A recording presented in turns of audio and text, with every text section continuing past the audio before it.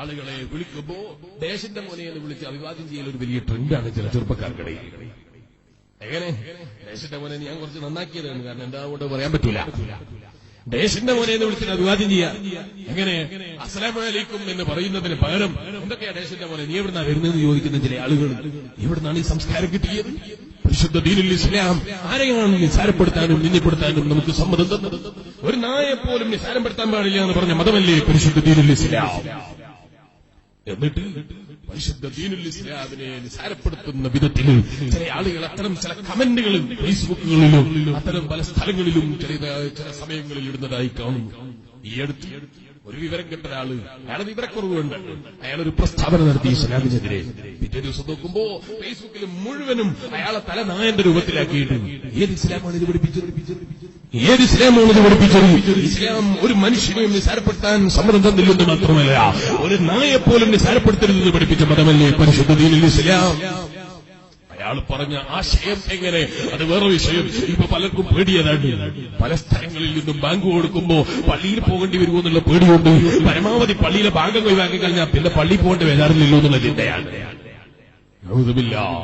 Bank എന്ന് പറയുന്നത് ഒരു നാട്ടിന്റെ സമാധാനത്തിന് നല്ലതാണ്, ഒരു നാട്ടിന്റെ സന്തോഷത്തിന് നല്ലതാണ്, ഒരു നാടിന്റെ ഐക്യത്തിന് നല്ലതാണ്.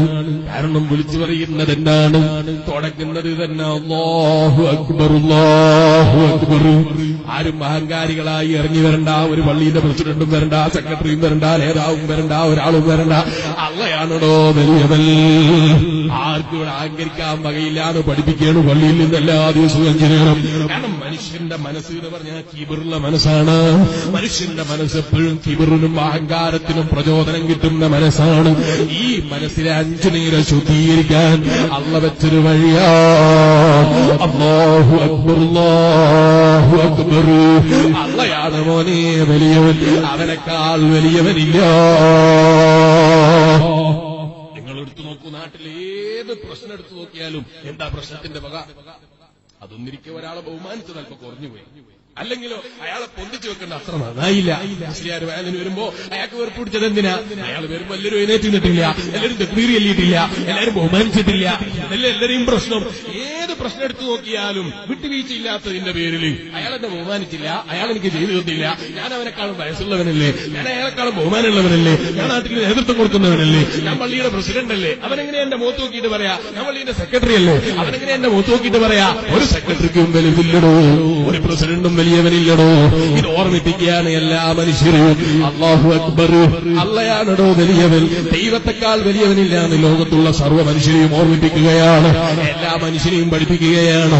ഇത്ര നല്ല സമാധാനമുള്ളൊരു വാക്ക് മനുഷ്യനെ ഓർമ്മിപ്പിക്കാൻ, മനുഷ്യന്റെ മനസ്സിനിങ്ങനെ തട്ടിയുണർത്താൻ വെച്ചൊരു വാക്കിനെ അതേ ചിലപ്പോ പത്രക്കാരും സോഷ്യൽ മീഡിയയിലും അത്തരം ചില അവസരങ്ങളിലൊക്കെ എന്റെ രാത്രിയിൽ നിങ്ങൾ സംവാദം വേണമെങ്കിൽ വേറെ പണ്ഡിതന്മാര് വെച്ചോ, എന്നിട്ട് നിങ്ങൾ സംവാദം എന്താന്ന് വെച്ചാൽ നടത്തിക്കോ. ഒരു ഭാഗ്യം മതി, ഇതാണ് എന്റെ അഭിപ്രായം. ബാങ്കിന്റെ വിഷയത്തിൽ അഭിപ്രായം പറയാൻ നിനക്കെന്ത് അധികാരമാണോ?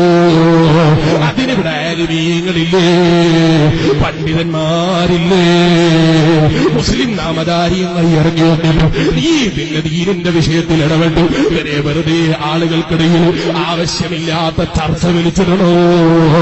ആവശ്യമില്ലാത്ത വിഷയങ്ങളിൽ ഇറങ്ങി പുറപ്പെടണോ? ബാങ്കിനെ കുറിച്ച് ഇവിടെ ആർക്കാണ് രണ്ടഭിപ്രായം?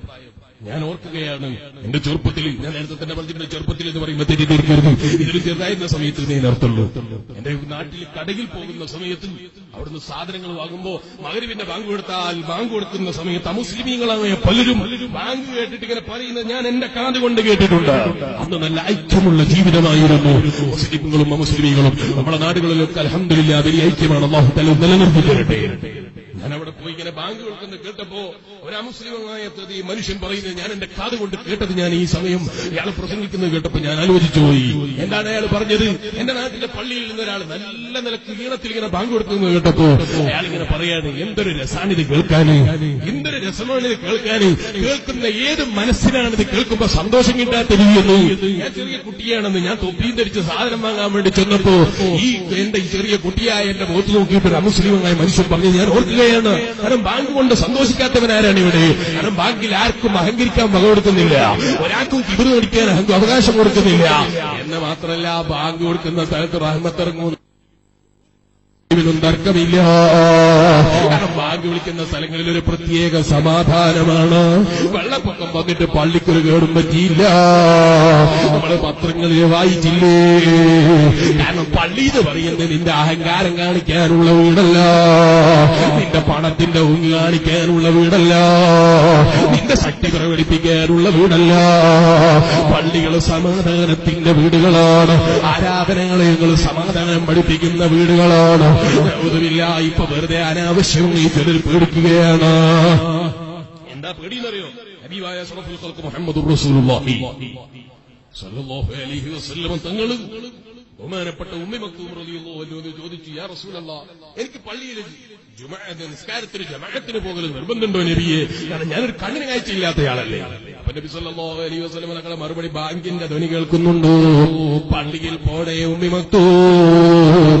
ഇപ്പൊ ചിലർക്ക് പേടിയാണ്, ബാങ്ക് കേട്ടിട്ട് അയാൾ പള്ളിയിൽ പോയില്ല എന്ന് പറയും. ഏതൊക്കെ പള്ളിയിൽ ബാങ്ക് മുടക്കാൻ കഴിയുമെന്ന് ചിന്തിച്ചു ബാങ്ക് മുടക്കാൻ നടക്കുന്ന മുടക്കികളോട് പറയട്ടെ, ആവശ്യമുള്ള വിഷയത്തിലല്ലാതെ ചർച്ചക്കിറങ്ങരുത് കേട്ടോ.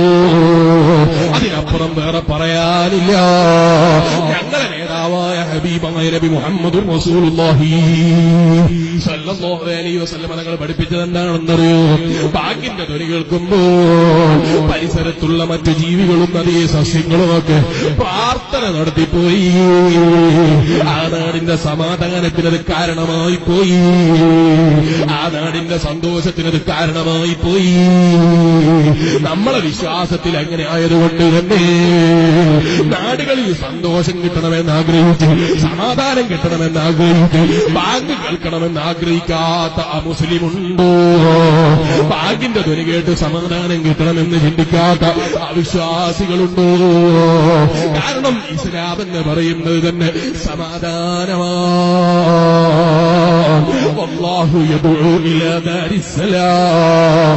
അല്ലാഹു വിളിച്ചതും നിങ്ങളെ സമാധാനത്തിന്റെ വീട്ടിലേക്കാണ്, സന്തോഷത്തിന്റെ വീട്ടിലേക്കാണ്, സമാധാനത്തിന്റെ വീട്ടിലേക്കാണ്. അതെന്റെ ഈമാനുള്ള മുഅ്മിനീങ്ങളെ, ആവശ്യമില്ലാത്ത 5 വാങ്ക് വേണോ 4 വാങ്ക് വേണോ എന്നുള്ള ചർച്ചയാക്കി പരമാവധി പള്ളിയിലെ ജമാഅത്തിന് ആളുകളെ കൂട്ടാനെന്ത് വഴിയെന്ന് ചിന്തിക്കൂ. പ്രസിഡന്റുമാരെ ആലോചിക്കൂ, സെക്രട്ടറിമാരെ, രാഷ്ട്രീയ സംഘടനകളിൽ പ്രവർത്തിക്കുന്ന മുസ്ലിമീങ്ങളുണ്ടെങ്കിൽ അവരോട് ഞാൻ പറയുന്നത്, നിങ്ങളൊന്ന് പള്ളിയിൽ ജമാഅത്തിനെത്തൂ. നിങ്ങൾ പള്ളിയിൽ വരാനത് കാരണമാണ്. അതുപോലെ എന്ത് പണിയുണ്ടെന്ന് ചിന്തിക്കൂ മനുഷ്യ. അതിനിപ്പാർക്കും നേരില്ല. പള്ളിയിലെ ആളുകൾ എത്തിക്കാൻ എന്ത് വഴി എന്ന് ചിന്തിക്കാവും. പ്രസിഡന്റ് നേരിട്ടോ? പള്ളിയുടെ ഇല്ല. സെക്രട്ടറിക്ക് നേരിട്ടോ? അയാൾക്ക് നേരില്ല. അയാൾക്ക് നേരിട്ടോ? അയാൾക്ക് നേരില്ല. ഈ പറയുന്ന രാഷ്ട്രീയക്കാരന് നേരിട്ടോ? അയാൾക്ക് പള്ളി പോയാൽ നേരില്ല. പിന്നെ ബാക്കിയുള്ളവരുടെ ബാങ്ക് കേൾക്കാതെ നിസ്കാരങ്ങളാക്കാൻ എന്ത് വഴിയെന്ന് ചിന്തിക്കുന്നതിന് പകരം ആളുകളെ പള്ളിയിലെത്തിക്കാൻ എന്ത് വഴിയെന്നല്ലേ ചിന്തിക്കേണ്ടത്? ആളുകളെ പള്ളിയിൽ ബാങ്ക് കേട്ടിട്ട് ഒരാൾ വന്ന് നിസ്കരിച്ചാൽ അൽഹംദുലില്ലാഹ് എന്ന് ചിന്തിക്കാൻ കഴിയുന്നതിന് പകരം പരമാവധി മുടക്കാനാണോ ചിന്തിക്കേണ്ടത്? ഞാനിപ്പോ അതിലേക്ക് വിശദമായി കിടക്കുന്നില്ല. രാഷ്ട്രീയ നേതാക്കൾ അത്തരം രാഷ്ട്രീയ നേതൃത്വം കൊടുക്കുന്നവരിൽ അവരെ അനുയായികൾ പള്ളിയിൽ വരാൻ കാരണമല്ലേ? നീ പള്ളിയിൽ പോയാൽ പരമാവധി ബാങ്ക് കേട്ടിട്ടൊന്ന് പള്ളി കയറി നിസ്കരിച്ചു നോക്ക്. നിന്റെ അനുയായികൾ എന്നെ കണ്ടിട്ട് പള്ളി കയറി ജമാഅത്ത് നിസ്കരിക്കാൻ അത് കാരണമാകും. അവർ ജമാഅത്തിന് പങ്കെടുക്കാൻ അത് കാരണമാകും. രാഷ്ട്രീയക്കാർ ചിന്തിക്കേണ്ടത് പരമാവധി ബാങ്ക് എങ്ങനെ മുടക്കൂന്നല്ല, ഒരു നാട്ടില് ബാങ്ക് കൊടുക്കുമ്പോൾ ഞാൻ എങ്ങനെ ജമാഅത്തിന് പങ്കെടുക്കൂന്ന് ചിന്തിക്കൂ. നീ കാരണം ചിലപ്പോ പള്ളിയിൽ വേറെ ആളുകൾ ജമാഅത്തിന് പങ്കെടുക്കാൻ കാരണമാകും. നിന്റെ നമ്പറിട്ട KL 1 2 3 4 ഏത് നമ്പറായാലും കുഴപ്പമില്ല. ഞാനൊരു മന്ത്രിയെ ഒരാളെ ഉദ്ദേശിച്ചിട്ടില്ല, ഉദാഹരണം പറഞ്ഞതാണ്. ഈ മന്ത്രിയുടെ വാഹനം പള്ളിയുടെ മുന്നിൽ നിർത്തിയിട്ട് മുസ്ലിമാങ്കിലെ പള്ളി കയറി ഒന്ന് നിസ്കരിക്കടോ. നീ MP ആണെങ്കിലൊന്ന് പള്ളിയിലെ ജമാഅത്തിന് പങ്കെടുക്കടോ. MLA എന്ന് വെച്ച ബോർഡുള്ള കാറ് നിർത്തിയിട്ട് ഒന്ന് പള്ളി കയറി നിസ്കരിക്കടോ. ഇതിനുള്ള വഴി ചിന്തിക്കുന്നതിന് പകരം പരമാവധി ഒരു പള്ളിയിലെ വാങ്ങങ്ങനെ മുടക്കൂന്ന് ചിന്തിക്കല്ല.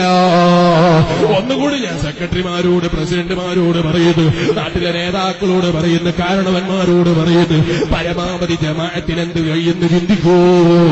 ജമാഅത്തിന് ആളുകളെ എത്തിക്കാൻ എന്ത് വഴിയെന്ന് ചിന്തിക്കൂ. സ്വബഹിന്റെ സമയത്ത് പള്ളിയിൽ ജമാഅത്തിന് ആളുകളെ കിട്ടാത്തതിന്റെ പേരിൽ പള്ളിയിൽ ബാങ്ക് വിളിച്ചിട്ട് മുഅദ്ദിൻ വീട്ടിൽ പോയിട്ട് ഭാര്യന്റെ മക്കളെയും കൂടെ വീട്ടിൽ നിന്ന് ജമാഅത്തായി നിസ്കരിക്കേണ്ട ഗതികേട് നമ്മളെ നാട്ടിലുണ്ടോ? നെഞ്ചത്ത് കൈവച്ച് ചിന്തിക്കൂ മനുഷ്യ.